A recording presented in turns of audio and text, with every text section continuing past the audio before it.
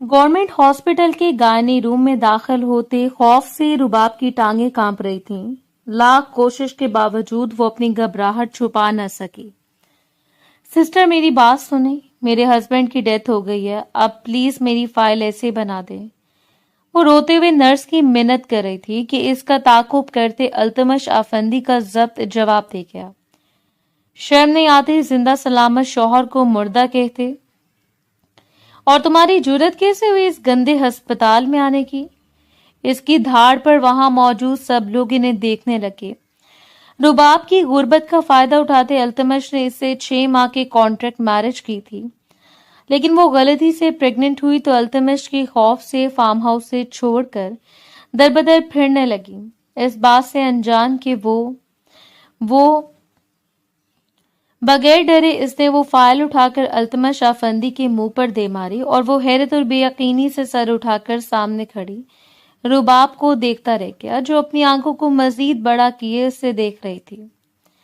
आप पैसे वालों को क्या लगता है छोटे लोगों को खरीद लेंगे किसी जानवर की तरह? तो ये आपकी भूल है। सुर्ख होती रंगत के साथ वो फनकारी और मुकाबिल ने दांत पीस कर उठते हुए इसे देखा। अपने लहजे को लगाम दे मिस रुबाब, आप अपनी हद पार कर रही हैं। आज से पहले किसी ने इसके सामने आवाज को बुलंद करने की कोशिश नहीं की और कुजा के वो छटाक भर लड़की इसे इसकी औकात याद दिला रही थी। मैं आपके पास जॉब करती हूँ, इसका मतलब ये नहीं कि आप हर मुतालबा मानोगी।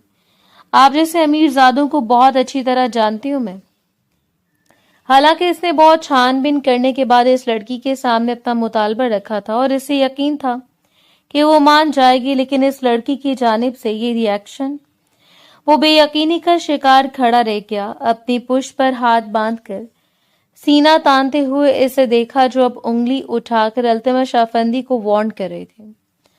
खबरदार, दोबारा मेरे बारे में ऐसा सोचने से भी गुरेज कीजिएगा। आप जानते नहीं हैं मेरे भाइयों को। वो इसे धमकी से नवाज रही थी और मुकाबिल की हैरत बढ़ती जा रही थी। और जरा पहचान तो करवाएं अपने भाइयों की। क्या कर सकते हैं? इस बार इसने गुस्से की बजाय दिलचस्पी से इसे देखा और डायरेक्ट अल्तमश की आंखों में देखते हुए इसने अपने बाजू सीने पर लपेट लिए। वो आपके साथ वो कर सकते हैं जो शायद आपने सोचा भी नहीं होगा, और फिर आपके ये हट्टे कट्टे गार्ड भी कुछ नहीं कर पाएंगे, याद रखिएगा। कमाल थी वो लड़की, इसके ऑफिस में इसे को धमकी से नवाजते हुए पैर पटक कर बाहर अपने कैबिन में बैठकर दोबारा अपना काम स्टार्ट कर लिया और ग्लास डोर से इसके अंदर देखता हुआ शख्स एक ठंडी और पुरसकून सांस खारिज करते हुए इसके अंदर अंदाजो अतराफ को देखता रह गया। अजीब थी वो लड़की, बल्कि अजीब से भी अजीब तर, लेकिन जिंदगी में वो पहली लड़की थी जो अल्तमश आफंदी की टक्कर की थी।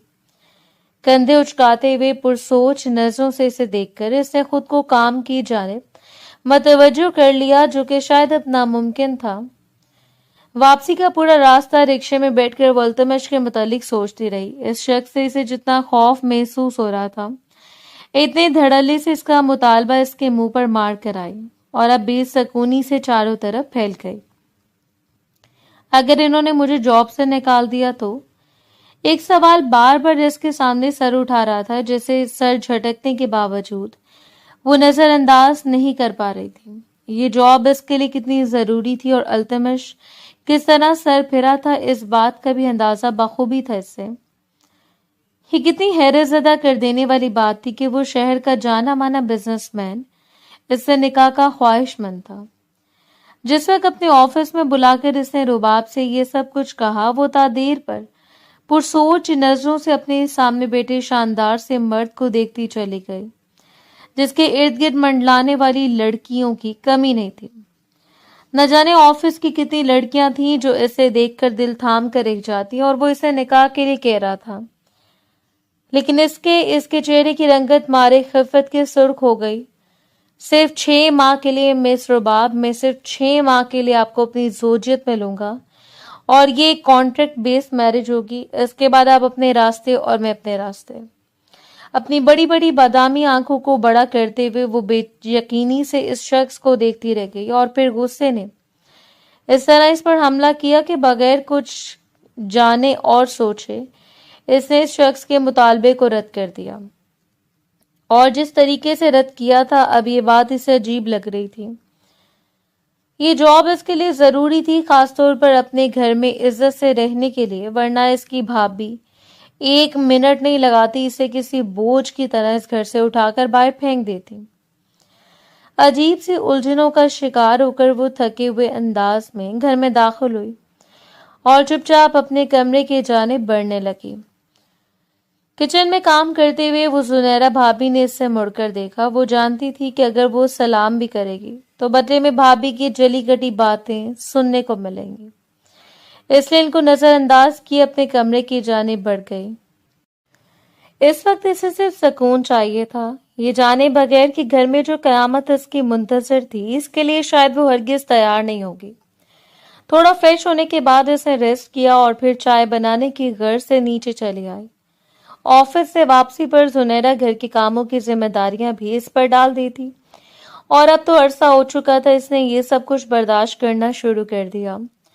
کچن میں داخل ہوتے دل فریب سی خوشبو کے جھونکے اس کے ناک سے ٹکرائے اور اس نے حیران ہو کر بھابھی کی جانب دیکھا۔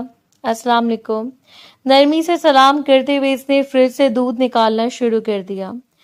جبکہ مڑ کر زنیرہ نے اسے دیکھا، یاد آ گیا کہ بھابھی کو سلام بھی کرنا تھا۔ کچھ زیادہ ہی اکڑ آ گئی ہے تم میں ویسے، وہی جس بات کا اسے اندازہ تھا، اور ان کی بات پر چپ چاپ دودھ نکال کر وہ پتیلی میں ڈالنے لگی۔ گھر میں کچھ مہمان آئے تھے کیا؟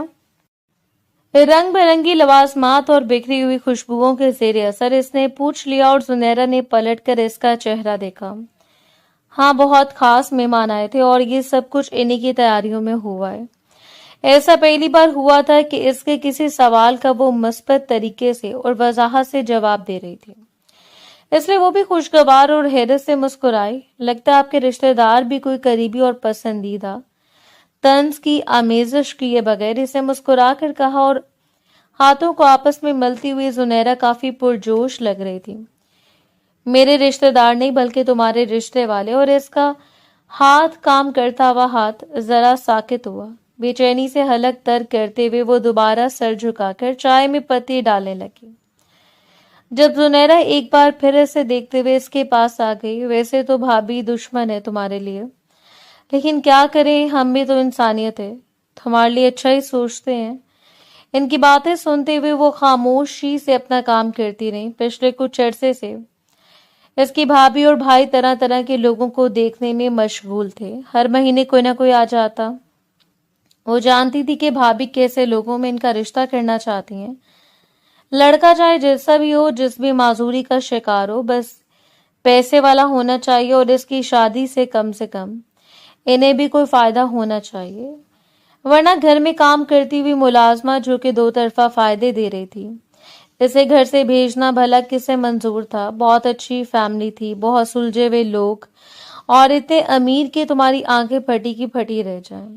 یا اللہ، کیا کنگن پہنے ہوئے تھے اس عورت نے، اور ڈائمنڈ کے رنگ؟ یہ تو تمہاری خوش بختی ہے کہ اتنے بڑے گھر سے رشتہ آیا ہے۔ اور وہ حیرت سے گردن موڑ کر انہیں دیکھتی رہ گئی۔ کتنا دل مچل رہا تھا کہ وہ ایک بار پوچھ لیتی لڑکا کیسا ہے، لیکن اس میں اتنی ہمت نہیں تھی، اور زنیرہ خود ہی اسے بتانے لگی۔ ان کی باتوں سے صاف لگ رہا تھا کہ وہ کیوں اتنی پرجوش ہیں۔ انہوں نے بھائی کو بیرون ملک کا ویزا دینے کی بات کی، اور باتوں باتوں میں بھابھی کو حاصل ہونے والی مراعات اتنی شاندار تھی کہ وہ مجبوراً پلٹ کر انہیں دیکھنے لگی۔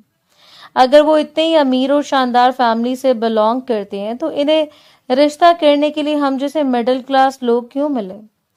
اپنے چہرے پر آئی ہوئی لٹ کو کان کے پیچھے اڑستے ہوئے اس نے کہا، اور زنیرہ نے ایک زوردار مکہ اس کے بازو میں دے مارا۔ وہ درد سے سسک کر رہ گئی۔ کبھی تو اچھا بول لیا کرو، ہضم نہیں ہو رہا کہ تمہارا بوجھ بھائی کے سر سے کیوں اتر آئے، یا بھائی کی زندگی کیوں بدل رہی ہے؟ ہر ایک کچھ تو ہمارے احسانوں کو بدلا چکا لو۔ جاتے جاتے منحوسیت کی ماری ہوئی لڑکی جب سے ہمارے سر پر مسلط ہوئی ہے نا، عذاب بن گئی ہے۔ وہ زہر اگلتے ہوئے کہ جھٹ سے باہر جا رہی تھی، جبکہ ان کی آواز ابھی تک اس کے کانوں میں گونج رہی تھی۔ اپنی آنکھوں میں آئی ہوئی نمی کو پلکیں سے جھپک کر اندر اتارتے ہوئے وہ اپنی چائے اٹھا کر کمرے میں آ گئی۔ اذیت در اذیت ہی جب تک بابا زندہ رہے تب تک اس گھر میں وہ شہزادی بن کر راج کرتی رہی۔ लेकिन इनकी आंखें बंद करने की देर थी। इसने पलटकर सारी दुनिया को देखा और दुनिया ने जैसे लम्हे भर में नजरों को फेर लिया। इसके अपने हकीकी और सगे रिश्ते जो इसे एक बोझ तस्वुर करने लगे थे। एक ठंडी सांस खारिज करते हुए इसने सारी बुरी सोचों को ज़हन से झटक दिया। अगर यही मुकद्दर था तो इसे मान लेने में क्या हर्ज था। जुनैरा की बातें झूठ नहीं थी। इस रोज इसके भाई ने भी इससे बात की और इनकी बातों से भी फूटती हुई लालच इसे बेचैन कर गई। किसी अच्छे घर से रिश्ता आया था। इसका भाई और भाभी दोनों बहुत खुश और मुतमईन थे और इसे बावर भी करवा दिया गया कि वो इन लोगों को जुबान दे चुके हैं। वो जल्द से जल्द अपने बेटे के साथ निकाह के मुतमन्नी है, लिहाजा इसे अब जल्द से जल्द इस जॉब से मुस्तफी हो जाना चाहिए और घर में रहकर अपनी शादी की तैयारियां करे। इसका दिल बेचैनी से धड़कता रहा। यह इसकी किस्मत का फैसला था जो वो लोग सिर्फ अपने मुफाद देख कर रहे थे। इससे तो बेहतर था कि वो अल्तमश अफंदी के रिश्ते के लिए इकरार कर लेती। अगर घड़ा और पीछे खाई और दरमियान में अटकी हुई वो लड़का कौन है, क्या करता है, कैसा है, इसका किरदार कैसा है, इन बातों की तो किसी को परवाह ही नहीं थी। ताहम फिर भी वो इस बात से मुतमईन होगी कि अब इस जॉब से इस्तीफा देकर वो अपने लिए चुनी हुई एक परेशानी को तो खत्म कर देगी। आगे का खुदा वारिस था और जो किस्मत में था देख लिया जाता और सब कुछ खुदा पर छोड़ते हुए इसने आंखें बंद करके अपनी आंखों पर अपना बाजू रख लिया। अगले दिन वो ऑफिस गई तो अल्तमश का अंदाज बिल्कुल नॉर्मल था। इसकी शक्ल देखते हुए इसे अंदाजा हो रहा था कि इसने रुबाब के इंकार को इतना दिल पर नहीं लिया। ताहम मगरूरी और संजीदगी जो कि इसकी शख्सियत का खासा थी इसे तो भी कायम रखता था। ये सोच भी इसके दिल के लिए पुरसकून साबित हो रही थी कि इस शख्स के जॉब से निकालने से पहले वो इस्तीफा देकर जा रही थी। अब बात को चाहे वो जो भी रंग दे देती, लेकिन कम से कम इस शख्स को अंदाजा तो हो जाता कि वो इतना गिरी पड़ी नहीं है। सारा काम मुकम्मल करने के बाद वो अल्तमश के ऑफिस में आई। मामूल के मुताबिक दस्तक देकर इसने आगे बढ़ते हुए सलाम किया। मुकाबिल ने मसरूफ से अंदाज में नजरें उठाकर इसे देखा और फिर देर तक इसके चेहरे को देखता रहा। इसकी नजरों पर थोड़ा सा उलझन का शिकार होते हुए इसने आगे बढ़कर अपना रिजाइन लेटर टेबल पर रख दिया और वो सवालिया नजरों से इसे घूरता रहा। ये रिजाइन लेटर है, मैं कल से ऑफिस नहीं आ रही। वो जितनी भी बहादुर बनकर बात करने के लिए आती, लेकिन मुकाबिल की नजरें इसे हमेशा खाइफ कर देती। और मैं पूछ सकता हूं कि इसकी वजह क्या है। दोनों हाथों की उंगलियों को एक दूसरे में फंसाकर मुकाबिल ने कोहनी मेज पर टिकाते हुए अपनी ठोड़ी सजा ली और इसके यूं देखने पर वो बुरी तरह गड़बड़ा गई। यानी आप पूछ रहे हैं वजह? न जाने क्यों उसे शक पड़ा। मुकाबिल के लबों को हल्की सी मुस्कुराहट छू कर गुजरी है, लेकिन देर तक देखने के बाद वो लहर दोबारा नहीं देख पाई। देखें मिस्टर बाब, जो बात थी वो गुजर चुकी है, अब दोबारा इसका जिक्र नहीं होगा। आप ये जॉब छोड़कर मत जाएं। इसने अपने लहजे को हद दर्जे नरम रखा था। बड़ी मोहब्बत से वो इससे कायल कर रहा था, जबकि वो कंधे उचकाते हुए जैसे नाक से मक्खी उड़ा गई। वैसे मैं बताना तो नहीं चाह रही, लेकिन आपका जाना लाजमी है कि मेरी शादी हो रही है और मेरे ससुराल वाले हरगिज नहीं चाहते कि मैं मजीद यहाँ जॉब करूं। लव मैरिज है ना। अपनी आंखों को छोटा किए वो कुछ इस अंदाज में कह गई कि वो तादेर इसे देखता रहा और फिर सर को हाँ में हिलाते हुए जैसे इसकी बात को समझाओ। वो अभी तक महसूस होते हुए तासुरात के साथ इसे देख रही थी। ठीक है, आप जा सकते हैं। इस पर दूसरी नजर डाले बगैर इसने रुबाब को जाने का हुक्म दे दिया और अपने लबों को एक दूसरे में पेवस्त करके वो मुड़ गई। यूं लग रहा था जैसे वो बहुत बड़ी जंग जीत कर आई है। ये भी अच्छा था कि इसने कम से कम इस शख्स को बता तो दिया कि वो इसे जितना गिरा पड़ा समझ रहा था वो इतनी गिरी पड़ी हरगिज नहीं थी। लेकिन वो उसे इतनी आसानी से ये सब कुछ तस्लीम करके इसे जाने देगा, ये बात इसे जरा खटक रही थी। बहरहाल अब इसका और अल्तमश अफंदी का कोई राब्ता नहीं था और ना ही वो मजीद इसके बारे में कुछ सोचना चाहते थे। अब इसे आने वाली नई मुसीबत के बारे में सोचना था। मिलकर भाभीयों के बाजार की तरफ चक्कर बता रहे थे कि इन्हें अच्छी खासी दौलत नसीब हुई है और ये पैसे कहाँ से आए थे ये भी वो बखूबी जानती थी। डेट फिक्स होने से एक रोज कबल इसने अपने होने वाले सास ससुर को देखा जो इसके भाई के पास तशरीफ लाए। काफी मुहज्जब चेहरे, महंगे लिबास, उम्दा अंदाज की गुफ्तगू। तो हम होने वाला दूल्हा इनके साथ नहीं था। रुबाब को इस बात पर हैरत थी कि पिछले कई बार वो कैसे इसे बगैर देखे रिश्ता तय करके चले गए और आप भी वो लड़की ने पसंद थी। ऐसे वो जाहिर कर रहे थे। आहिस्ता आहिस्ता दिन गुजरते चले गए और हर आने वाला दिन इस नई नई सोचों में मुब्तला करता चला गया। वो इसकी मायूं का फंक्शन था, कोई कंबाइंड फंक्शन नहीं था। इसकी भाभीयों ने मिलकर तय कर लिया था कि एक छोटा सा फंक्शन करके वो खुद इसे मेहंदी लगा देंगे, जबकि दूसरी जानिब से इसके ससुराल वालों ने आने से माजत की थी। चंद रिश्तेदारों को बुलाकर मेहंदी की छोटी सी तकरीब रखी गई। 1000 दिरहम के शरारे में वो खिलता हुआ फूल लग रही थी। बेतहाशा सुर्ख सफेद रंगत पर बड़ी बड़ी बादामी आंखें और ब्यूटिशियन का महारत से किया गया मेकअप। कितनी लड़कियां थी जो इसकी किस्मत पर रश खा रही थीं। एक से बढ़कर एक महंगे लिबास, ज्वेलरी, शहर की सबसे मशहूर ब्यूटिशियन। रस्म खत्म होने के बाद मेहंदी आर्टिस्ट ने इसे मेहंदी लगाना शुरू की। दोनों हाथों पर खूबसूरत मेहंदी के दिलनशीन डिजाइन इसके दिल में हलचल मचा रहे थे। इसे शुरू से मेहंदी का शौक था। रंग बिरंगी चूड़ियां और मेहंदी की खुशबू बहुत प्यारी थी। इस मौके पर अपने माँ बाप का याद आना एक फितरी बात थी और वो इन्हें बुरी तरह मिस कर रही थी। आज अगर वो होते तो इसके नसीब पर फख्र ज़दा रह जाते। जो भी था, लेकिन आहिस्ता आहिस्ता इसने भी हकीकत को तस्लीम कर लिया। इस कैद मुसलसल में रहने से बेहतर था कि वो यहाँ से चली जाती, हर चीज खुदा पर डालकर। हथेली पर मेहंदी मुकम्मल करने के बाद ब्यूटिशियन ने सवाले नजरों से इसे देखा। दूल्हे का नाम बताएं, और वो लाजवाब होकर इसे देखती रह गई। क्या मुसीबत थी, इसे दूल्हे का नाम भी मालूम नहीं था। वो शख्स जिसे इसने एक बार देखा नहीं, जिसका जिक्र अगर इस घर में हुआ भी तो इसे अमीरजादा कहकर पुकारा गया। क्या वो आपको अपने दूल्हे का नाम नहीं याद? ब्यूटिशियन की हल्की सी हंसी इसके लिए शर्मिंदगी का बायस बन गई और तभी शायद इसकी मुश्किल को खत्म करने के लिए सुनहरा कमरे में तशरीफ लाई। हाँ भाई, हो गई मेहंदी मुकम्मल, इसने लापरवाही से देखकर कहा था और ब्यूटिशियन ने गर्दन मोड़कर इसे देखा। दूल्हे का नाम बता दें तो इनकी हथेली पर लिख दूं दूल्हे का नाम? सुनहरा ने जैसे लंबा सोचा। हाँ, दूल्हे का नाम है अल्तमश अफंदी। दोनों हाथों पर खूबसूरती से लिख देना। और सामने बैठी हुई लड़की धक से रह गई। ऐसा लगा था जैसे इसने सुनने में गलती की है। भाभी, क्या क्या नाम है दूल्हे का? इसने लहजा लड़खड़ाया। चेहरे की रंगत लिबास की रंगत से मैच करने लगी। क्या जमाना आगे, एक बार बता तो चुकी हूँ अल्तमश अफंदी, अब दोबारा क्या 10 बार सुनकर कानों को ठंडा करना है?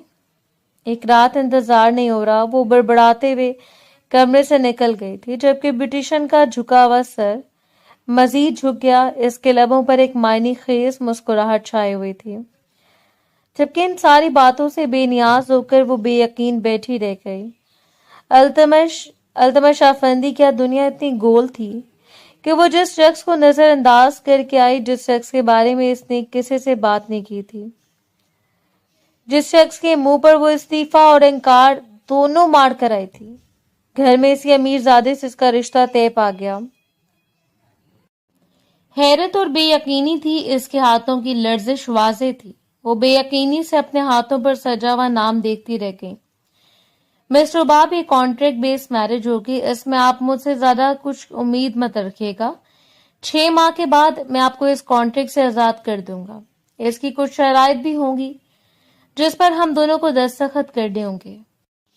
इसके जहन में आंधी तूफान चल रहे थे। यूं लग रहा था जैसे वो अपनी कुव्वत समात खो देगी, जैसे इसका सर घूमकर इसे पागल कर देगा।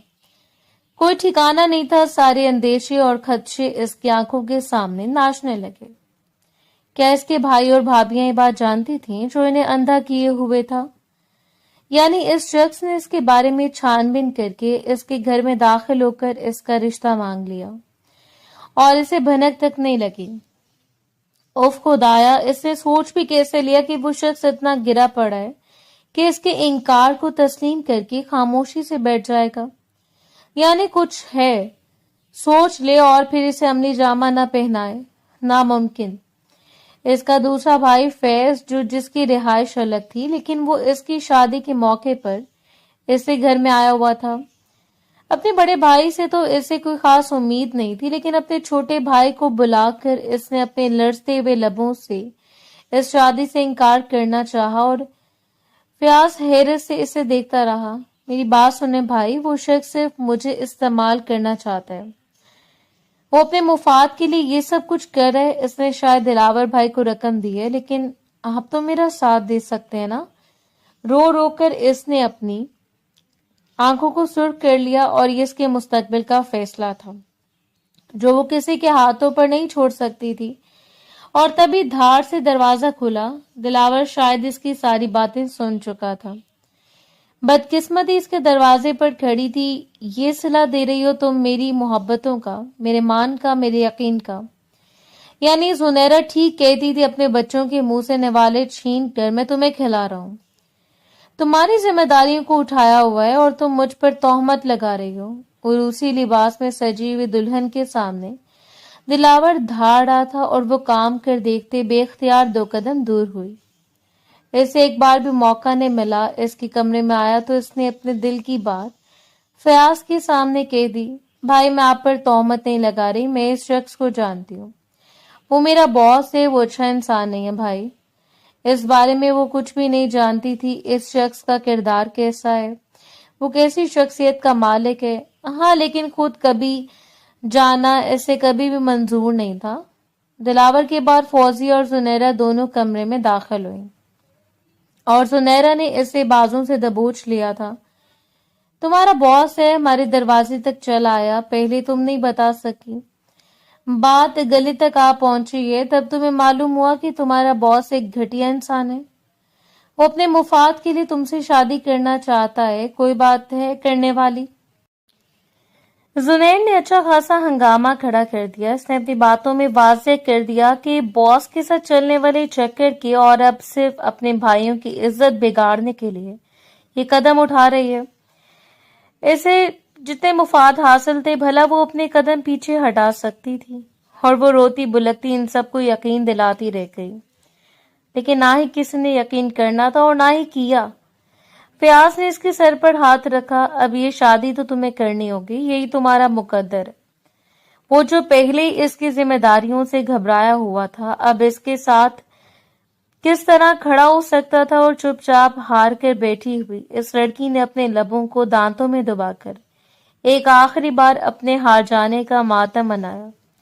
یقیناً وہ فاتح شخص آج جی سے چمکتی ہوئی آنکھوں کے ساتھ اسے دیکھے گی۔ اس کے چہرے پر گھونگھٹ ڈالا ہوا تھا۔ بلا شبہ وہ بہت حسین دلہن بنی اپنے بھائیوں کے ہمراہ جس وقت وہ باہر آئے۔ اس میں اتنی ہمت نہیں تھی کہ سر اٹھا کر اس کے مسکراتے ہوئے شخص کو دیکھتی۔ پھولوں کی بنی ہوئی دیوار کی دوسری بار وہ آ کر بیٹھی تو قاضی صاحب نے نکاح شروع کیا۔ التمش افندی، وہی نام تو دہرایا گیا تھا جو نام وہ سننا نہیں چاہتی تھی۔ بعد نخواستہ اس نے اقرار کر لیا۔ وہ جانتی تھی اس نے نکاح نامے پر دستخط نہیں کیے، بلکہ اس کانٹریکٹ پر سائن کیے جو اس کی زندگی کا فیصلہ کرنے والا تھا۔ اس کی آنکھوں میں صرف اور صرف غصہ تھا، نفرت، بدلحاظی۔ مقابل نے آگے بڑھ کر اس کا گھونگھٹ اٹھایا۔ وہ دیر تک اس کے چہرے کو دیکھتا رہا، اور اس کے یوں دیکھنے پر وہ ذرا سا پلکیں اٹھا کر دیکھ گئی۔ وہ ایسے ہی اپنی آنکھوں کو چمکائے کھڑا تھا۔ جیت کا نشان اس کے ماتھے پر واضح تھا، اور گڑبڑاتے ہوئے وہ نظریں پھیر گئی اسے سہارا دے کر اپنے ساتھ سٹیج پر بٹھاتے ہوئے۔ التمش نے مسکرا کر اس کے چہرے کو دیکھا۔ تو آپ کی لو سٹوری مکمل ہوئی محترمہ؟ ہو گئی آپ کی لو میرج؟ وہ اپنی سرگوشی سے اسے خفت زدہ کر رہا تھا۔ آج سے پہلے اس نے کبھی بھی اس شخص کو اتنا اوچھا نہیں پایا۔ وہ کیسے دل پھینک گنڈوں کی طرح حرکتیں کر رہا تھا۔ سو مچلتے ہوئے اس نے گردن موڑ کر اسے دیکھا۔ چپ کر کے بیٹھے افندی صاحب، یہ نہ ہوا کہ اگلی خبر آپ کے کانوں میں نہ پہنچے کہ دلہن دلہے کو چھوڑ کر بھاگ گئی، یا پھر اس نے دلہے کی گردن دبا دی۔ بظاہر اس نے مسکراتے ہوئے سرگوشی کی تھی، لیکن مقابل کے لب بے ساختہ مبہم سی مسکراہٹ میں ڈھل گئے اور اسے ہی چھپانے کے لیے وہ گردن موڑ کر دوسری جانب متوجہ ہو گیا۔ سب کی دعاؤں سے رخصت ہو کر وہ التمش افندی کے ساتھ جا رہی تھی۔ نہ جانے کتنے مہینوں کے لیے وہ جانتی تھی کہ اس شخص کا اس شادی کو لے کر کیا مقصد ہے، لیکن وہ کچھ نہیں کر سکتی تھی۔ گاڑی میں بھی پورا راستہ وہ روتی آئی اور التمش نے ایک بار بھی اسے چپ کروانے کی کوشش نہیں کی، اور وہ اسے سیدھا لے کر فارم ہاؤس میں آیا کہ ایک شاندار طرز پر بنا ہوا فارم ہاؤس تھا، شہر سے دور، ایک پرسکون جگہ پر، جس کے ایک کمرے میں شاید ملازمہ بٹھا کر گئی۔ اسے حیرت ہو رہی تھی کہ جو ساس اسے بے تحاشا محبت کی دعوے دار تھی، اس گھر میں آنے کے بعد ایک بار بھی اس کے پاس نہیں آئی، اور نہ جانے التمش کہاں تھا۔ یوں سچ سنور کر بیٹھنا اسے اپنی تزلیل لگ رہا تھا، اس لیے اپنے بھاری لہنگا اٹھا کر بیڈ سے نیچے اتری۔ چہرے پر بڑے سخت تاثرات چھائے ہوئے تھے، دل دھڑک رہا تھا، لیکن بڑبڑاتے ہوئے وہ خود کو کوس رہی تھی۔ کیا ضرورت تھی اس روز اس شخص کو انکار کرنے کی؟ اگر وہ یوں حاوی ہو کر اس کی زندگی برباد کر رہا تھا تو جا کر پولیس میں رپورٹ درج کروا دیتی، کچھ بھی کر لیتی، لیکن اس شخص کے سامنے ہار نہ مانتی، بھاگ جاتی گھر سے۔ لیکن اس سڑو اور اکڑو شخص کی بیوی بننے سے بہتر تھا چھلانگ لگا لیتی۔ تو رباب اپنے تیز ہاتھوں سے جولری اتار کر وہ بڑبڑائے جا رہی تھی، یہ جانے بغیر کہ اسے چند قدموں کے فاصلے پر کھڑا شخص اپنے سینے پر بازو لپیٹے بڑی دلچسپ نگاہوں سے اسے گھور رہا تھا۔ پٹک پٹک کر جولری کو پھینکتے ہوئے اس نے اپنے ہاتھوں کا جوڑا کھولنا شروع کیا، جو کافی حد تک اٹک چکا تھا۔ سر سے پن نکال کر وہ سامنے رکھتی جا رہی تھی، لیکن بال تھے کہ کھلنے کا نام نہیں لے رہے تھے۔ جلد بازی میں نہ جانے اس نے اپنے کتنے بالوں کو توڑ دیا۔ تبھی کسی نے نرمی سے اس کے ہاتھوں کو تھاما اور وہ کرنٹ کھا کر پیچھے ہٹی، دل جیسے اچھل کر حلق میں آ گیا ہو۔ کامتے ہوئے وجود کے ساتھ اس نے خود کو تھوڑا سا دور کیا اور انگلی اٹھا کر اس شخص کو وارن کرنے کی لگی، خبردار میرے قریب مت آئیے گا، میں کہہ رہی ہوں آپ سے۔ دانت پیس کر وہ اسے دھمکی سے نواز رہی تھی اور مقابل ہلکا سا مسکرایا۔ نہیں آ رہا تمہارے قریب، لیکن یہ بال تو کھولنے دو، میں نے سنا ہے، اور تم تو ساری رات یہیں کھڑے خود کو کوستی اور بالوں کو نوچتی رہو گی۔ لبوں کا کونا کھینچ کر مسکراتے ہوئے بظاہر اس نے ایک عام سی بات کی تھی، لیکن اس لڑکی کو یوں لگا جسے وہ طنز کر رہا ہے۔ آپ جیسے بہروپیے کا زندگی میں آنا رونے اور سسکنے کے برابر ہے۔ مل گیا کہ آپ کو میرے جیسی لڑکی کی زندگی برباد کر کے میری بد دعا لگے گی آپ کو التمش۔ وہ اتنی شدت سے پھوٹ پھوٹ کر رو پڑے کہ التمش گڑبڑاتے ہوئے اس کی جانب بڑھنے لگا، لیکن اسے ہاتھ اٹھا کر ایک بار بھی خود سے دور دھکیل دیا۔ میرے قریب مت آئیے گا، میں نفرت کرتی ہوں آپ سے۔ آپ جیسے لوگ معصوم اور لاچار لڑکیوں کی زندگی میں صرف اپنے پیسوں کے بلبوتے پر آگ لگا دیتے ہیں۔ تم غلط سمجھ رہی ہو، میں اپنے فیصلے کے بارے میں تمہیں پہلے آگاہ کر چکا تھا، اور پھر تمہاری بھابھی بھی یہ سب کے بارے میں جانتی تھی، اور یقیناً تمہارا بھائی بھی۔ وہ بے یقینی سے سر اٹھا کر اسے دیکھتی رہ گئی۔ اس کے اپنے ایسا کہیں گے خونی رشتہ دار اس کے ساتھ بغاوت کر گئے تو جہنم میں جلیں گے آپ بھی اور میرے بھائی بھابھی بھی انشاءاللہ۔ سر جھٹا کر اس کے قریب سے گزرتے ہوئے وہ لڑکھڑائی اور مقابل بے ساختہ اپنے بازو آگے کر دیا اور اس کے بازو پر جھکی۔ وہ کچھ دیر سنبھلنے کی کوشش کرتی رہی اور پھر خود کو سنبھال کر بغیر اسے دیکھے آگے بڑھ کر تکیہ اٹھا لیا۔ میں جا رہی ہوں دوسرے کمرے میں سونے، میرے پیچھے آنے یا مجھے تنگ کرنے کی کوشش مت کیجیے گا، ورنہ اتنا شور مچاؤں گی کہ یاد رکھیں گے آپ۔ وہ بات بات پر دھمکی دیتی تھی، حالانکہ پہلی ملاقات میں اپنے بھائیوں سے ڈرا رہی تھی اور اب مسلسل خود سے۔ گردن گھماتے ہوئے وہ ہلکا سا مسکرایا اور پھر آئینے میں اس کا عکس دیکھا۔ چلی جائیں، لیکن اس فارم ہاؤس کے بارے میں بہت سی باتیں مشہور ہیں۔ آپ کے ساتھ کوئی بھی ناخوشگوار واقع پیش آتا ہے تو اس کا ذمہ دار میں نہیں ہوں گا۔ وہ نیا جال پھینک رہا تھا۔ کچھ دیر تک وہ پلٹ کر اپنی خوفزدہ نگاہوں سے اسے دیکھتی رہی اور اس لمحے سے بے تحاشا معصوم لگی۔ کیا مطلب ہے آپ کا؟ ناخوشگوار واقعات؟ اپنی آنکھوں کو بڑا کیے اپنے انداز کے مطابق وہ پوچھ رہی تھی اور بامشکل اپنی مسکراہٹ کو ضبط کرتا وہ سنجیدہ نظر آنے لگا، جیسے لڑکیوں کا اغوا ہو جانا، راتوں رات غائب ہو جانا۔ پراسرار طریقے سے گلا دبا کر اپنے لبوں کو کھینچتے ہوئے اپنے کندھے اچکا کر وہ دانستہ طور پر اپنی بات کو ادھورا چھوڑ گیا، کیونکہ سامنے کھڑی ہوئی لڑکی کے چہرے پر اب خوف واضح نظر آ رہا تھا۔ گردن موڑے وہ بیڈ کی طرف دیکھ رہی تھی۔ ٹھیک ہے، میں ڈرتی تو نہیں ہوں، لیکن مجھے آپ پر بھروسہ نہیں ہے۔ خود مروا کر کسی آسیب کا نام کر دیں، میں یہاں بیڈ پر پرسوں گی اور آپ ادھر صوفے پر سوئیں گے۔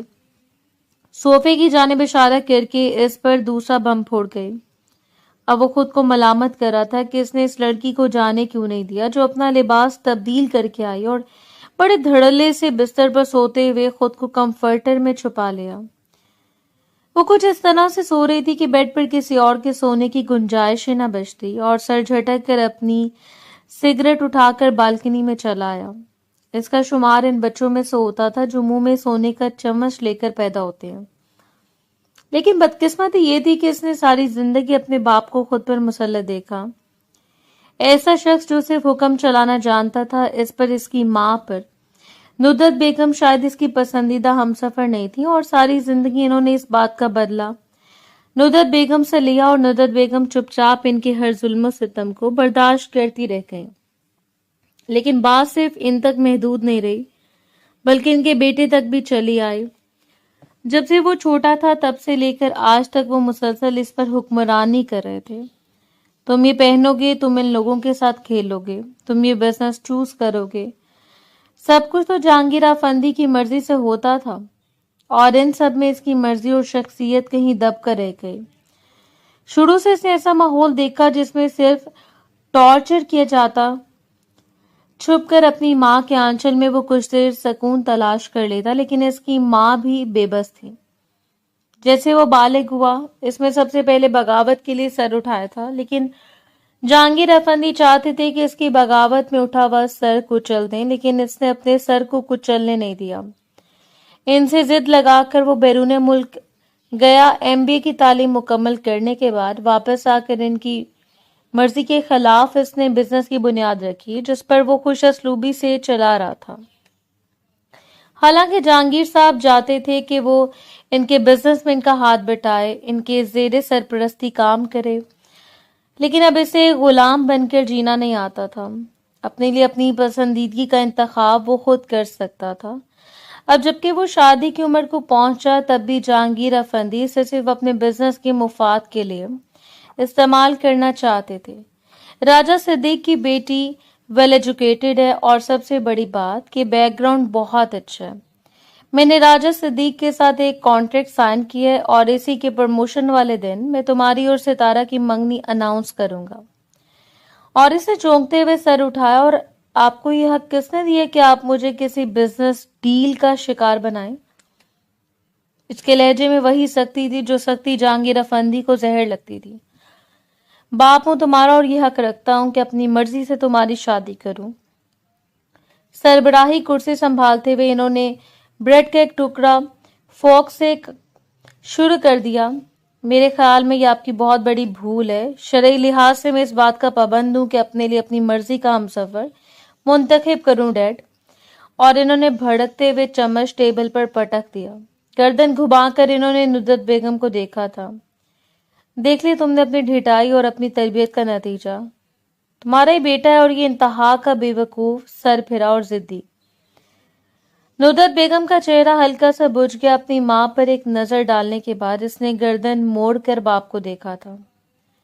مت بھولے کہ میں آپ کا بھی بیٹا ہوں، آپ کی اولاد، اور اگر آپ مجھے ایک زرخرید غلام سمجھنے کی کوشش کریں گے تو میں ہرگز بھی آپ کے اشاروں پر نہیں ناچوں گا۔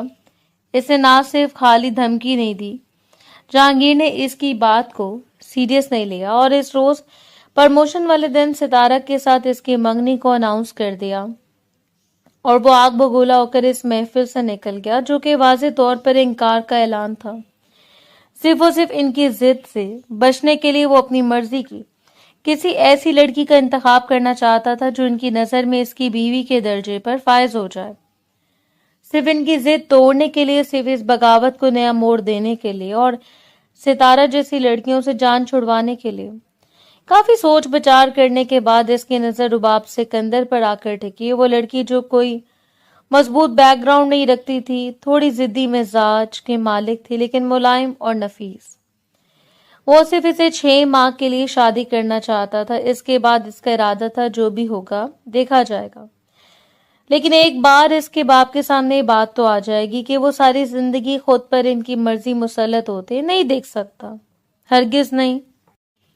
अगली सुबह वो इसके बेदार होने से पहले ऑफिस निकल गया। सिर्फ अपने सास ससुर को दिखाने के लिए इसने अपने हुलिये को थोड़ा सा बेहतर किया और लबों पर मुस्कुराहट सजाकर कमरे से बाहर निकल गई। इसे कोई उम्मीद ही नहीं थी कि इसके भाई भाभी रस्म के मुताबिक इसके लिए नाश्ता लेकर आएंगे। शायद इन्हें शादी के नीचे आकर इस पर जो इंकशाफ हुआ था वो हिला कर रख देने के लिए काफी था। जो औरत और मर्द इसका सास ससुर बनकर गए वो हकीकत में अल्तमश के रिश्तेदार भी नहीं थे। आप तो इस मुकाम पर खड़ी थी जहां पर एक हैरत ज़दा कर देने वाला झटका भी इसे हैरान नहीं कर पाता। बस कुछ देर वो मुलाजमाओं को देखती रही और फिर कुर्सी पर टिक गई। मुलाजमा ने नाश्ता इनके सामने लगा दिया। दोबारा कोई भी सवाल किए बगैर वो चुपचाप नाश्ता करने लगे। हर रात वो शख्स से जिद नहीं लगा सकती थी। वो जानती थी कि आग और कपास 2 बेजोड़ चीजें हैं जो अगर एक साथ रहेंगी तो भी कोई हिफाजती इकदाम नहीं होगा। सुबह सवेरे इसने मुलाजमा से मिलकर एक दूसरे कमरे में अपनी सिटिंग की और अल्तमश के आने से पहले दूसरे कमरे में शिफ्ट हो गई।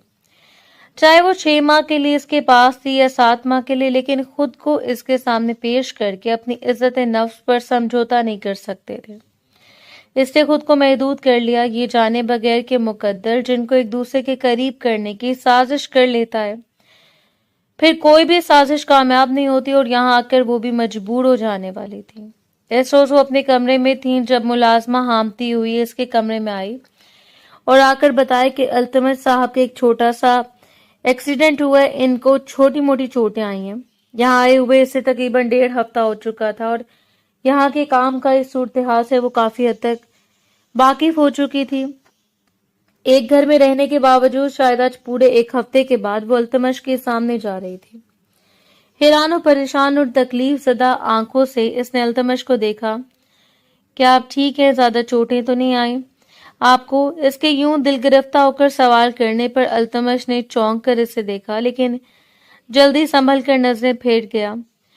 मानो जाओ और मेरे लिए सूप बना कर ले आओ। इस लड़की की जानिब तवज्जो देने के बजाय इसने डायरेक्ट बानो से कहा। माथे पर हल्का सा जख्म था, बाजू पर भी चोट लगी हुई थी। ताहम इसे बैंडेज करवा ली। जिस्म में उठने वाली तकलीफ की वजह से वो कुछ बेचैन सा था, लेकिन इसके चेहरे पर कुछ ऐसा भी जाहिर नहीं हो रहा था। एक लम्हे के लिए दांत पीस कर इसे देखने के बाद इसने बानो को जाने का इशारा किया और खुद इसके करीब आई। मैं आपके लिए सूप बनाकर ले आती हूँ, फिक्र मत करें। ये सिर्फ हमदर्दी है या यूं समझने में नमक हरामी नहीं करना चाहती। इसकी मगरूरी को इसके अंदाज में लौटाते हुए वो कमरे से बाहर चली गई और कुछ देर के बाद सूप लाकर इसे पीने का हुक्म दिया। चंद कदमों के फासले पर खड़ी जंगली बिल्ली बड़ी खूनख्वार नजरों से इसे घूर रही थी और अल्तमश ने सूप का प्याला उठाना चाहा। हाथ में काफी चोटें थीं, इसलिए कोशिश के बावजूद वो नहीं उठा पाया और आगे बढ़कर जूस उठाकर वो इसके करीब बैठ गई। वो हैरान था, इसे देखता रहे। इसकी नजरें और तासुरात हद दर्जे पे काबू पा लिया, लेकिन चेहरे की रंगत अंदरूनी हलचल का पता दे रही थी। 1-2 दिनों के अंदर अंदर वो काफी हद तक बेहतर हो गया। इन 2 दिनों में इसने अपनी माँ से कोई राब्ता नहीं किया था, इसलिए इस शाम इनसे मुलाकात करने के लिए आया। तुम अपना ख्याल क्यों नहीं रखते मेरी जान? देखो तो कितने कमजोर हो गए हो। नुदरत बेगम ने इसके चेहरे को अपने हाथों से छुआ और वो इनके इन शफीक हाथों पर बोसा देते हुए मुस्कुरा कर इन्हें देखता रहा। तुम इसकी फिक्र मत करो, अब इसकी मिडिल क्लास बीवी इसके इर्द गिर्द मंडलाने के लिए मौजूद है। जहांगीर अफंदी की तड़कती हुई आवाज ने वहां फैला हुआ सुकून तोड़ डाला। चूंकि इसने शादी जहांगीर अफंदी को दिखाने के लिए की थी, इसलिए इस शादी को वो कम से कम इनसे नहीं छुपा सकता था। नुदरत बेगम ने ढके छुपे लफ्जों में इजहार किया था कि वो बहू को यहाँ लेकर आए, लेकिन अभी कुछ देर बहू से फार्म हाउस में रखना चाहता था, जब तक कि वो कायल न हो जाती और वो खुद इन बातों को सुनने के लिए मजबूत न कर लेती। बीवी बीवी होती है, चाहे मिडिल क्लास हो या हाई क्लास। अब शौहर में इतना ज़र्फ होना चाहिए कि वो उसकी वफादारी का सिला दे पाए। इसने जिस तरीके से बात की थी और जो पॉइंट उठाया था, जहांगीर साहब बखूबी समझ रहे थे। मैं भी देखता हूँ कि तुम्हारी मिडिल क्लास बीवी कहाँ तक तुम्हारे साथ चलती है। Let's see. एक तंजिया मुस्कुराहट इसकी जानिब उछालते हुए वो उठकर अपने कमरे की जानिब बढ़े और इसने बेजार होती निगाहों से नुसरत बेगम को देखा था।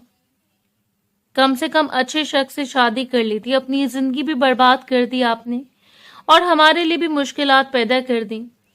वो बदमजा होकर कह रहा था और नुसरत बेगम ने इसे घूरा। बुरी बात है बाबा, वो तुम्हारे वफा में लिपटी हुई वो औरत भला कहाँ इस शख्स की बुराई सुन सकती थी। और मोहब्बत से इन्हें अपने साथ लगाता इनके माथे पर लब रख गया। ऐसे अपनी माँ सारी दुनिया से अजीज थी। मौसम गड़बड़ हो रहा था, लेकिन फिर भी नुसरत बेगम ने इस रात के खाने के लिए रोक लिया। कॉल करके से बताना चाहा, लेकिन वो अपनी अना को नहीं तोड़ सकता था। अगर वो जिद पर कायम थी तो वो भी इसे जिद में लिपटा हुआ शख्स था। आज तक इन्होंने मोबाइल पर एक दूसरे से राब्ता रखने की कोशिश ही नहीं की, ना ही वो किसी आइडियल की तरह अपने वक्त से एक दूसरे को आगाह करते थे।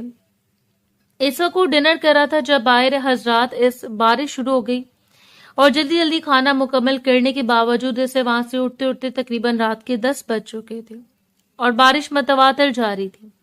तकरीबन 1 घंटे की मुसाफत पर फार्म हाउस मौजूद था, इसलिए एहतियात से ड्राइविंग करता हुआ वो जिस वक्त पहुंचा रात काफी हो चुकी थी। वो जो ही अंदर दाखिल होने लगा, दाखिली दरवाजे के पास इसने बैठते हुए वजूद को देखा और ठटक कर रुक गया। बेख्तियार से देखते हुए वो इसके करीब आया। इर्द गिर्द न जलने वाली लाइटों को देखकर इसे हैरत हुई थी, लेकिन रुबाब इस वक्त यहाँ, और इसे देखते हुए रुबाब सीखपा होकर इसकी जानिब बढ़ी। ऐसे भी क्या दुश्मनी हो गया अफंदी साहब कि मुझे यहाँ मरने के लिए छोड़कर चले गए आप? वो सिसक कर रो पड़ी। मुलाजमा मौजूद नहीं थी, इसका बेटा गिरने की वजह से जख्मी हुआ, तो वो भी शाम के वक्त चली गई। लाइट खराब हो गई, ऐसे में इसको खौफजदा होना बनता था। और अल्तमश ने इसकी भीगे हुए वजूद पर एक नजर डाली। मैंने आपको कितनी कॉल्स की, मुझे मारना है तो एक ही बार गला दबाकर मार दे, बार बार ये सितम तो ना करे मुझ पर, वो फूट फूट कर कह रहे थे। और न जाने क्यों इस शख्स ने आगे बढ़कर इसे अपने साथ लगा लिया था। भीगा हुआ वजूद जिससे इसके नशीबो फराज वाजे हो रहे थे। न जाने कितनी देर वो इसके सर पर सीने पर सर रख कर रोती रही और फिर अल्तमश ने झुककर इसे अपने बाजों में भर लिया। इसे अपने कमरे में लेकर आया, बेड पर बैठाते हुए खुद इसके करीब बैठ गया। आई एम सॉरी, मुझे अंदाजा नहीं था इस बात का, सॉरी। वो माजरत तलब कर रहा था, लेकिन वो अभी तक रो रही थी। जंगली बिल्ली, कम से कम माफ तो कर सकती हो ना मुझे? वो बड़ी जाज़बियत से इसके चेहरे को देखते हुए बोला और बाहर से जोरदार तरीके से गरजते हुए बादल के सबब वो एक बार फिर उछल कर इसके बाजों में जा गिरी। मुकाबिल ने इसे समेट लिया। न जाने किस तरह इसके लब रुबाब की गर्दन पर जा ठहरे और आज तक इसने सिर्फ मुट्ठी से रखना सुना था। इस लम्हे अल्तमश अफंदी का दिल किस तरह इसके दिल से सरका और वो बेख्तियार होकर इसकी गर्दन पर झुकता चला गया। रुबाब का दिल उछलकर हलक में आ गया। इसका दिल धड़क रहा था, लेकिन इसके वजूद पर काबिज होते हुए इसे मोहब्बत का एहसास दिला रहा था। इनके दरमियान जायज रिश्ता था और शायद जायज रिश्ते की कशिश ने इन्हें एक दूसरे के करीब करके सिमट जाने पर मजबूर कर दिया। 2 दिल धड़कते रह गए, बाहर बरसती हुई बारिश और इनके वालिहानापन का असर। वो जो इन दोनों के दरमियान सबसे बड़ी शर्त थी वही टूट गई। अगली सुबह अल्तमश के बेदार होने से पहले वो इसके कमरे से निकल गई। एक अजीब सा गिल्ट इसके वजूद में फैला हुआ था। ये सब क्या था? बस एक बेख्तियारी मजबूरी या कुछ भी? जबकि इसके एहसासात को समझते हुए अल्तमश ने भी अपनी इसमें रहना ज्यादा मुनासिब समझा। दोनों के लिए अपने अपने हिस्से की जंग लड़ रहे थे, ये जाने बगैर के वक्त इनके बारे में क्या साजिश करके बैठा है। वो पहले से ज्यादा खामोश हो गई, जबकि अब वो इसका ख्याल रखने लगा था। इसकी जरूरियात की चीजें अपने हाथों से लेकर आता, इससे बातें करना चाहता, लेकिन हर बार वो चुपचाप उठकर चली जाती। वो दिन भी इसके लिए एक बड़ा इंकशाफ कर देने वाला दिन था। जब सड़क पर बनी हुई दो लाइनों ने इसे बेसाख्ता अपने मुंह पर हाथ रखने पर मजबूर कर दिया। वो हैरत से फटी फटी निगाहों से सामने मौजूद एक नई आजमाइश को देखती रह गई। ये लम्हा इतना हसीन होता है कि हर औरत शर्मा कर अपने शौहर की पनाहों में मुंह छुपाने लगी, लेकिन इसकी आंखों से आंसू टूट कर गिरे। इसके साथ साथ एक और वजूद आ रहा था, सिर्फ मसाइब सहने के लिए। भला मुझे, वो जो इसकी बीवी तस्लीम नहीं कर पाया, क्या वो इसकी औलाद को औलाद तस्लीम करेगा? लेकिन फिर भी इसे यकीन था कि अगर वो अल्तमश से बात करेगी तो वो मान जाएगा, और इस शाम बड़ी बेताबी से वो अल्तमश का इंतजार करती रह गई। पिछले कुछ दिनों में इसका जो रवैया था, इस पर गौर करते हुए इसे यकीन हो चुका था कि वो कम से कम इस बच्चे को तस्लीम कर लेगा। वो अल्तमश के आने का वक्त नहीं था जब मुलाजमा ने इसे आकर बताया कि नीचे को इससे मुलाकात करने के लिए आया, और अपना दुपट्टा लेकर वो नीचे चली आई। नीचे खड़े हुए हर शख्स को देखकर वो ठटक कर रुकी, और इसके चेहरे के नकूश अल्तमश के नकूश से मेल खाते थे। वही मगरूरी, वही संजीदगी, वही ठाट बाट, और मुकाबिल ने सर से पैर तक इसे घूरने के बाद तंजिया मुस्कुरा कर देखा। मैं जहांगीर अफंदी, अल्तमश का बाप। इस रोज वो सिर्फ एक मुलाकात नहीं थी, वो तस्लील का आखिरी दर्जा था। जब जहांगीर अफंदी ने इसे कुछ रकम देने की कोशिश की और साथ ही साथ ये वादा भी किया कि वो इसकी जिंदगी बदल देगा, बस वो चुपचाप इसके बेटे की जिंदगी से निकल जाए, और वो खुद पर जब्त किए बैठी रही। तुम जैसे छोटे घर की लड़कियां बड़े घर के मर्दों को फांस कर अपनी जिंदगी संवार लेती हो, लेकिन मैं तुम्हें इतनी रकम दूंगा कि तुम अल्तमश के साथ रहते हुए कभी भी इतनी रकम हासिल नहीं कर पाओगे। वो तुम्हारे लिए नहीं बना, और बस तुम जैसों का ख्वाब हो सकता है। अपने कार्ड को मेज पर रखते हुए वो उसका चेहरा देखकर वहां से चले गए, लेकिन कब से खुद पर जब्त को तोड़कर वो फूट फूट कर रो पड़ी। इसका दिल धड़कता चला गया, इसकी सांस रुकती चली गई। अपने सर को थाम कर इसने चाहा कि इसे मौत आ जाए और वो मर जाए। अपनी हैसियत का अंदाजा इसे अच्छी तरह हो चुका था, सो इस रोज चुपचाप अपनी शॉल निकालकर वो वहां से चली गई। इसने किसी को कुछ नहीं बताया था, रजिया के पूछने पर भी खामोश रही। अच्छा भी यही था कि वो इसकी जिंदगी से चली जाती, जो खुद इसे कुछ दिनों तक अपनी जिंदगी से नोच कर फेंकने वाला था। जहांगीर अफंदी ने ठीक कहा था, वो गटर का कीड़ा है जिसे अपनी औकात नहीं भूलनी चाहिए। हर दिन की तरह वो वापस लौटा। वो नहीं जानता था कि कितने इंकशाफात और कितने धचके इसके मुंतजर हैं। सबसे पहले इस लड़की को ना पाकर जब इसने रजिया को बुलाया तो रजिया ने इन्हें बताया, जब वो लॉन्च के बाद सर्वेंट क्वार्टर से वापस आई तो बेगम साहिबा जाने के लिए तैयार थी। वो बहुत ज्यादा रो रही थी और यही कह रही थी कि वो यहाँ से जाना चाहती है और कभी लौट कर यहाँ नहीं आएंगे।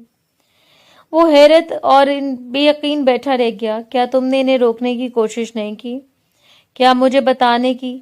और रजिया सर झुकाकर खड़ी रह गई। साफ मुझे लगा कि वो आपको बता कर गई हैं। इसका दिल चाहा कि इन सबको गोली से उड़ा दें। इसके घर पर राब्ता किया, लेकिन वो वहां भी नहीं थी। इसे यहाँ से गए हुए तकरीबन 3 से 4 घंटे हो चुके थे। शाम के साए गहरे होने लगे, लेकिन हकीकत ये थी कि इसको कुछ अता पता नहीं था। बेजारी से अपने कमरे में टहलते हुए इसने पलटकर साइड टेबल पर देखा और इसकी नजर ठहर गई। वहां पड़ी हुई स्टिक इसके लिए बेयकीनी का बाइस बनी। इस स्टिक को हाथ में थामकर वो देर तक देखता रहा। इसको कुछ लम्हों के लिए वो यूं साकित हुआ कि चाहने के बावजूद सांस भी नहीं ले पाया। इस स्टिक के बाद लाउंज में पड़े हुए टेबल पर पड़ा हुआ जहांगीर अफंदी का कार्ड जिससे सारे मामले को हल कर गया। सारी उलझन सुलझ गई। वो जानता था कि क्या हुआ होगा। वो भला अपने बाप से वाकिफ नहीं था। वो जो पहले इस बात से खौफजदा हो गई कि माँ बनने पर इससे यहाँ से निकाल न दे, इसके बाद इसके बाप की जली कटी बातें सुनकर यकीनन यहाँ से फरार हो गई।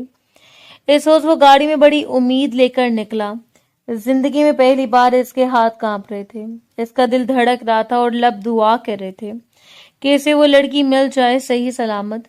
सिर्फ एक बार, दोबारा वो जिंदगी में कभी इसे खोने का तस्वुर भी नहीं करेगा।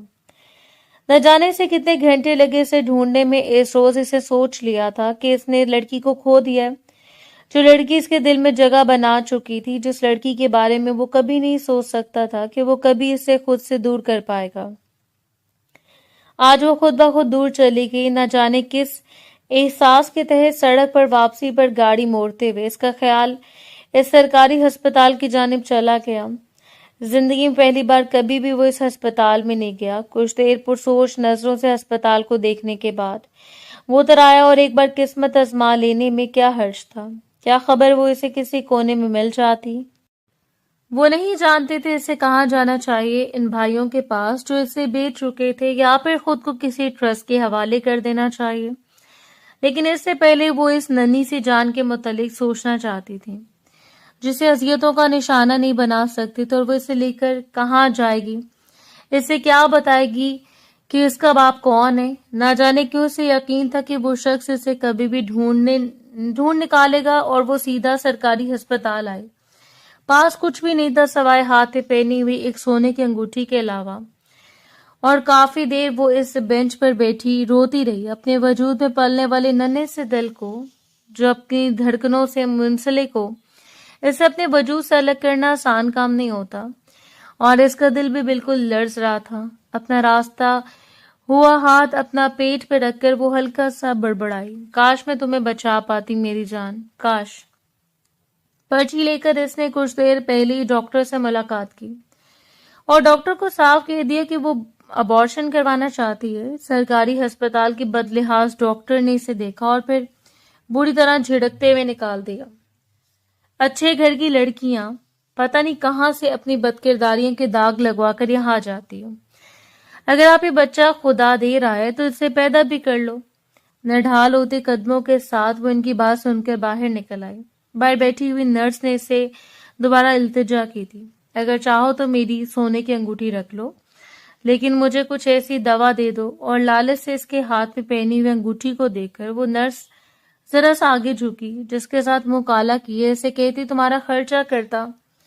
خبردار، یہ بچہ کسی کے ناجائز اولاد نہیں ہے۔ وہ پھٹ پڑی اور اس کے تیز لہجے پر نرس کو بھی غصہ آ گیا۔ بی بی اتنی نیک ہوتی تو اپنے گھر اپنے شوہر کے پاس بیٹھی رہتی، ناجائز نہ ہوتا تو یہ بچہ ابارشن کروانے نہ آتی، اور وہ جو اسے دور سے پہچانتے ہوئے بے قرار ہو کر اس کی جانب بڑھ رہا تھا۔ چند قدموں کے فاصلے پر ساکت رہ گیا۔ وہ باپ بننے والا تھا اور اس کی بیوی اس بچے کو ختم کروانا چاہتی تھی۔ یہ بچہ میرا ہے، میں ہوں اس بچے کا باپ، یہ التمش افندی کی اولاد ہے، اور خبردار کوئی بھی میری اولاد کو بری نظر سے بھی نہیں دیکھے گا۔ اس نے دھاڑتے ہوئے پورے عملے کو ٹھہر جانے پر مجبور کر دیا، اور وہ سر اٹھا کر اس بے قراری سے دیکھتے ہوئے کانپتی رہ گئی۔ آگے بڑھ کر اس کا بازو خیر پکڑ کر وہ اسے باہر لے آیا اور لا کر گاڑی میں بٹھا دیا۔ اس روز دونوں کی آنکھوں میں اذیت تھی، دونوں اذیت میں ڈوبے ہوئے تھے۔ اسے ایک کمرے میں لانے کے بعد التمش نے اپنے بستر پر بٹھایا اور خود اس کے پیر پر ہونے والے چھوٹے سے زخم کو اٹھا کر دیکھنے لگا۔ وہ ہلکا سا ہچکچائی، لیکن اس نے مضبوطی سے اس کے پیروں کو تھام رکھا تھا۔ رشتے اور محبت اناؤں کو نہیں مانتے۔ اب اگر اس نے اپنا سب کچھ اس کے حوالے کر چکا تھا تو کیسے ممکن تھا کہ اس کے قدموں میں نہ بیٹھتا؟ کیا یہ صرف مجھ سے نفرت کا نتیجہ ہے کہ تم میری اولاد کو مارنے چلی تھی؟ وہ کہہ گیا، اور وہ افسوس سے اس کا چہرہ دیکھتی رہ گئی۔ میں برداشت نہیں کر سکتی تھی کہ آپ اس بچے کو اپنی اولاد نہ مانیں۔ یہ آپ کے گھر والے اور اس کے دونوں ہاتھوں کو تھامتا وہ اس کی سرخ آنکھوں میں دیکھتا رہ گیا۔ تم میری بیوی ہو اور یہ میرا بچہ ہے۔ میں پورے زمانے کے سامنے سینہ تان کر کہہ سکتا ہوں، تم صرف میری ہو رباب افندی، صرف میری۔ اس روز صرف اسے زبان سے نہیں کہا تھا۔ اگلے دن وہ اس کا ہاتھ پکڑ کر اسے حویلی لے کر گیا، جہانگیر کے سامنے سینہ ٹھوک کر اسے بتایا کہ یہ اس کی بیوی ہے اور آج کے بعد کوئی اسے میلی نظر سے نہیں دیکھے گا۔ جبکہ ندرت بیگم تو یہ سن کر نہال ہو چکی تھیں کہ وہ دادی بننے والی ہیں۔ وہ آخری دن تھا اذیتوں کا۔ اس کے بعد اس شخص نے ہمیشہ اس کے پہلو میں کھڑے ہو کر اس پر اپنی بے پناہ محبتوں کی بارش کر دی، اور اسے اس کے علاوہ اور کیا چاہیے تھا؟ کچھ بھی تو نہیں۔ خدا کے ہر فیصلے میں کوئی نہ کوئی مصلحت شامل ہوتی ہے، بس ہم سمجھ نہیں پاتے یا پھر بے صبری کا شکار ہو جاتے ہیں، لیکن وہ ہم سے زیادہ جانتا ہے، بے شک۔